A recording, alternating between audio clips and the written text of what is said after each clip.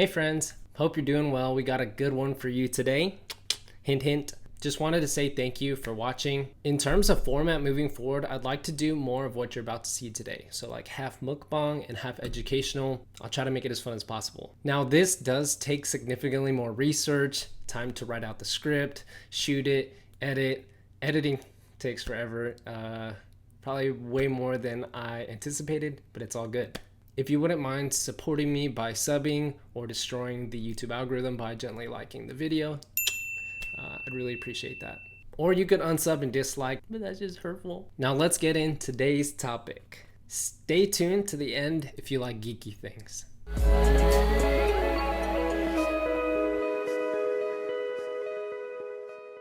Alright, today we will be today we'll be making Beyond Meat and the Beyond Meat and okay, it's harder than you think. Alright, today we'll be making Beyond Meat and Impossible Burger. But we're gonna be making burgers. We're gonna do a taste test, also compare the Impossible Burger with the regular Whopper at Burger King. We haven't done the research yet, but we'll take a look after this, see if plant-based kind of meats is better for the environment and what the future looks like for these two companies. First, we're gonna do a raw taste test. Gross. Ooh. That looks gross. This one looks a lot better. It makes me want to gag.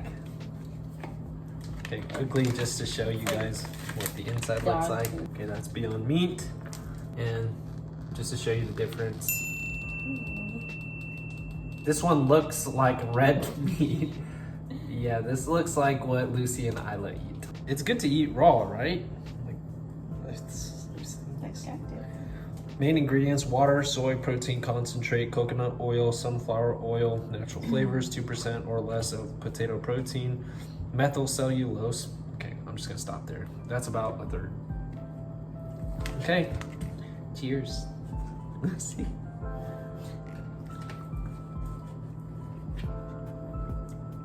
Oh, okay. Fuck. I was gonna say that actually tastes okay. I don't like it. It makes me... I'm sorry. I'm sorry. Okay, it probably tastes better cooked.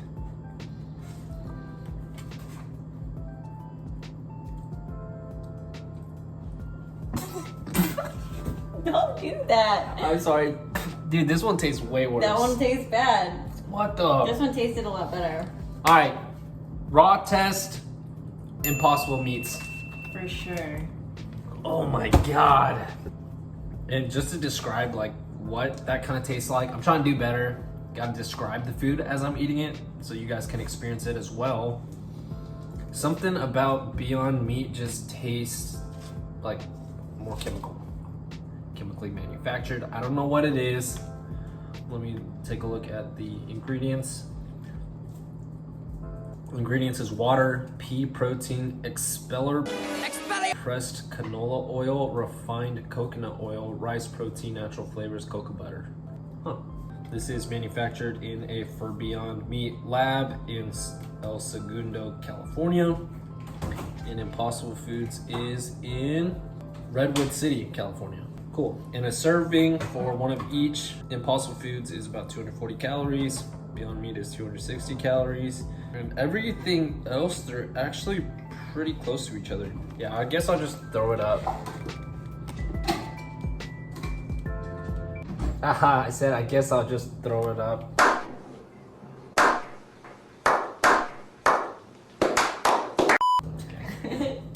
Stupid joke. All right, let's make the patties. Oh. Lucy. Welcome to Good Burger, home of the Good Burger. Can I take your order?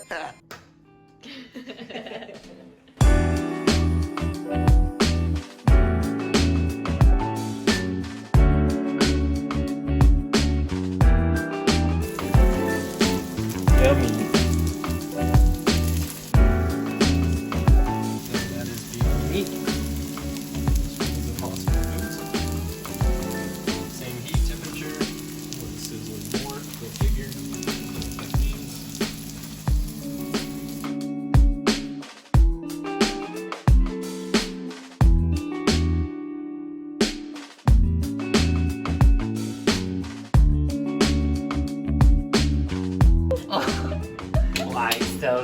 here.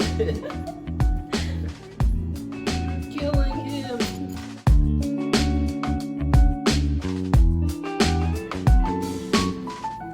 Ooh, that one looks so much better. Sick. Cooked medium. No preconceived notions. But I'm not even gonna look at that. Just show you guys what's inside. I just looked. No, I know which one this is. I don't want to eat it. Okay. Alright, I guess I'm really only grading the meat here because the other flavors are gonna be the same on both. Overall though, like, it kind of tastes like a burger, but at least for me, you can definitely tell it's not meat. It kind of tastes chemically. It's like this artificial char or something. It's chunky. I think what she's saying too, for example, like this right here, every now and then, I don't even know how to explain this. The protein, you can taste the texture of the protein, but can you taste that with real meat? Yeah. Occasionally, yeah. This one just feels. It's kind of mushy. Think it's mushy, or you think it's hard? I think it's hard. Damn. All right, show you guys the inside of this one. So you can see there's we cooked them the exact amount of time, same temperature, and you can see the pink. It looks like it was cooked medium. I would do as my dad does. Eyes closed.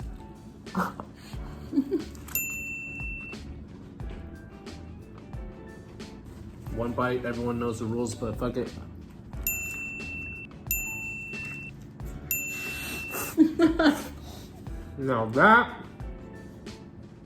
Now that is a tasty burger.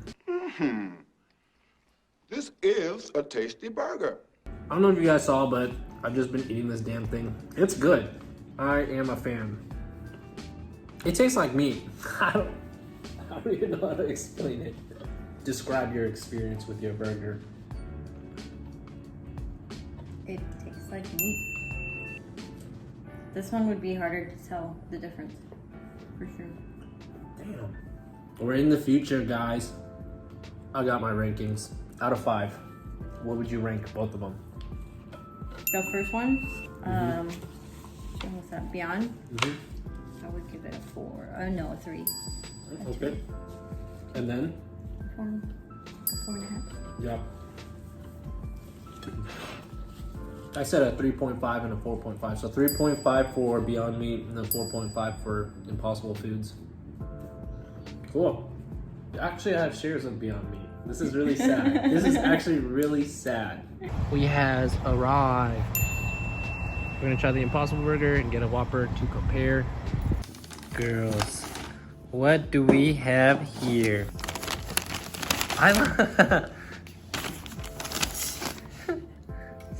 We got the Whopper and an Impossible Whopper. Guys, look at what we have. An Impossible Whopper and a regular Whopper. Okay, now we're gonna do a blind taste test. She chose the impossible one. Oh, it's a sign. I was pretty confident that I would know which one a Burger King Whopper would taste like. Do you want to taste both?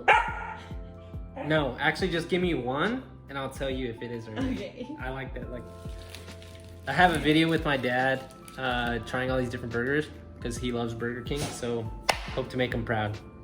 Okay. Ready? Which one I'm giving you? That's impossible. Right? It doesn't have the char. No!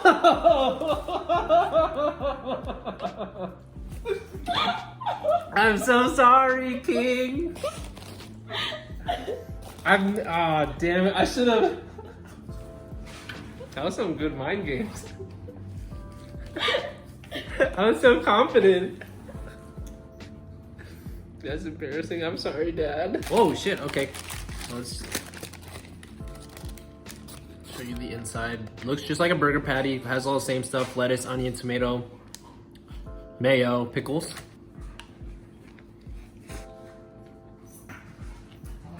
Does that mean that their meat is already not meat? It's almost indistinguishable. Like if she had put the Impossible Whopper in my mouth, I would have been like, that's the Whopper. Dude, that is cool. Everything else is the same, but like all the other ingredients other than the meat are the same. The meat, okay, guess which one this is? Put it in the comments. What do you think this is? And what do you think this is?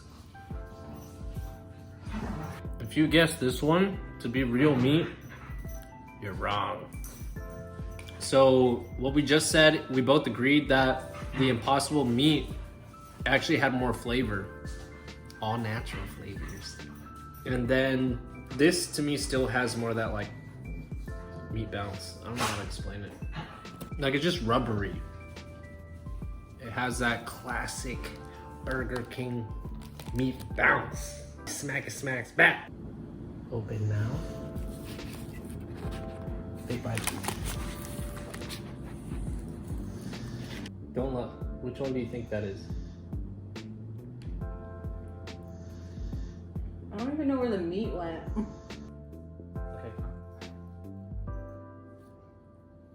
Second was impossible. What makes you say that? Taste. Describe the taste. It has more flavor.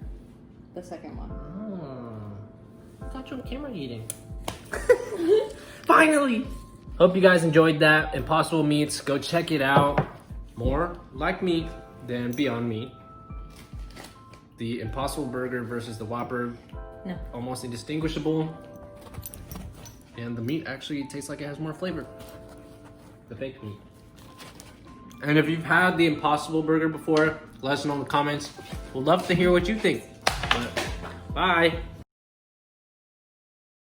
All right, I hope you enjoyed that. Now here's the fun part, which I think is more exciting and more valuable to you. The education piece. And as a geek, I really enjoy this part. If you stuck around this long, guess what? You're a geek too.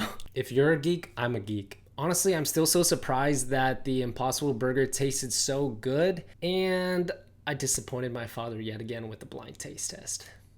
Sorry, Dad. It's interesting because while Beyond Meat is currently the more well-known faux meat, Impossible Foods was clearly the better option in my opinion in terms of taste, look, smell, texture, you name it. So let's take a look at these two companies. So in the plant-based meat / faux meat race, Impossible Foods is by far the greatest rival for Beyond Meat. The unicorn, I shouldn't do quotes because they're definitely a unicorn by now. But Impossible Foods, a plant-based meat company, just raised $200 million in fresh funding in the most recent Series G round. That's just crazy. I didn't know you could have that many rounds of investment, to be honest, because previously the startups I was at, we had probably 3 rounds. We had a seed, an A and a B, and then a successful exit. And then the other one, we probably had 6 rounds.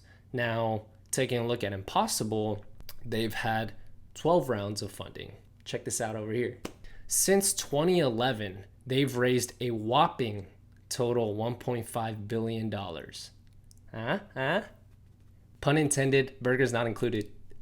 But this just goes to show that demand from investors is pretty substantial, right? So aside from your typical VCs and Bill Gates, of course, I feel like he has his hand in everything these days. Here's some of the celebrity investors. I thought this was pretty fun. We're talking Jay-Z, Hear Me Roar, Katy Perry, tennis champion Serena Williams, Paul George, aka Plandemic P, overrated quarterback Kirk Cousins, Common, and my favorite, Jaden Smith. As you saw from this chart, the previous round of funding, the Series F, was for $500 million.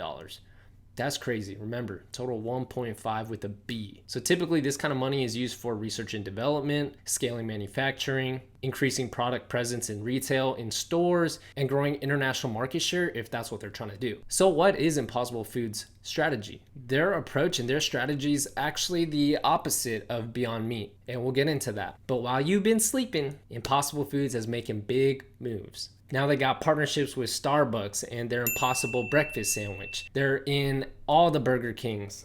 Oh. Cheers. I almost knocked it over. They're in all the Burger Kings with the new croissant sandwich and what you guys just saw, the Impossible Burger. Other food chains we're talking about is Red Robin, Qdoba, Hard Rock Cafe, even White Castle. They were kind of moving into the restaurant market, but due to COVID, everything's moved to retail stores, to meal kits, to direct-to-consumer e-commerce, right? So they actually have their own online page where you can buy. I'll link it as well. So in terms of meal kits, Home Chef is now doing these vegan kits. For stores, we're talking Trader Joe's, Walmart, Kroger, Safeway, Publix. And just in over the last 5 months, they've 60 times their presence. So have you tried it yet? And no shame, because I just tried it this week. It's still mind-blowing. So here's where their strategy differs. Beyond Meat kind of has these generic, ground beef patty products, and what I'd consider a pretty broad strategy. They're focused on 1 or 2 products, but focusing on expanding worldwide. And a great example of this is, what's the country that you could think of that if you were to scale, you would scale like nuts? If you guess China, you're right. So they've kind of moved into the Chinese market, just like Tesla. So now Beyond Meat is entering the Chinese market through Starbucks, and they've also recently just built a plant. Impossible Foods, on the other hand, is focused on just the US market, at least for now. And they are trying to create depth, meaning, if you could imagine, like specialty foods, right? So for beef, it's not just ground beef, they're talking about steak. I don't know how I feel about that. Fake steaks. And not just ground pork, but we're talking sausages. Impossible Foods is also looking at jumping into the milk market. In this industry, we call those cross sells, where you try to upsell the existing customer on other products that are maybe more special, that cost more, you name it. So we're talking depth versus broad-based scaling. So hopefully that helps. And when I take a look at them, this really reminds me of like Uber versus Lyft, where Uber is trying to go, they're going global, Mr. Worldwide, versus Lyft is kind of just focusing on the North American market. So this leads us to the last bit. What does the future of this industry of plant-based meat, of faux meat, what does this market look like in the future? So for this, I'm going to pull up some data points. Take this with a grain of salt, because I tend to take this kind of information as marketing content and or propaganda from either side. The pro plant or pro meat industry, you never know. Hear me out. But supposedly, because it's made from plants and bioengineered, Impossible Foods and Beyond Meat, for example, use less land, less water, and fewer greenhouse gas emissions compared to conventional beef. And because there's no cows, you don't have to inject animal hormones. Well, I said that weird. There's no animal hormones, no antibiotics. Everything is kosher, halal, and gluten-free, baby. So here's an impact calculator that I thought was kind of interesting. What I'm gonna do here is, so let's say I eat 12 burgers a year, right? So this is how I'd be saving the environment, I guess, over a year. I'd roughly say I eat about a burger a month. So in terms of pounds of carbon, that's about 81 pounds of carbon reduced emissions, which is about 110 miles driven in a car. That's about 4.5 trees and about 13 showers. That'd actually be 267 gallons of water. That's a lot of gallons of water per shower. But interesting, right? Assuming this is all true, it could be a good thing. If you guys like this kind of format too, please let me know down below. As I said, this takes way longer, but if the demand is there, I'll keep doing it. Check this out. I think they want this to catch on. It says, Impossible Foods is delicious, nutritious, ubiquitous. Chant it with me. Delicious, nutritious, ubiquitous. I'm gonna wake up Lucy for this. Delicious, nutritious, ubiquitous. Delicious, nutritious, ubiquitous. Delicious, nutritious, ubiquitous. She's not having it. But this is Lucy, everybody. She's so big now. As always, thanks for watching. This was fun. Learned a lot. Had good food. Stay tuned for future videos. See you next time. Bye. Mr. Yabadan!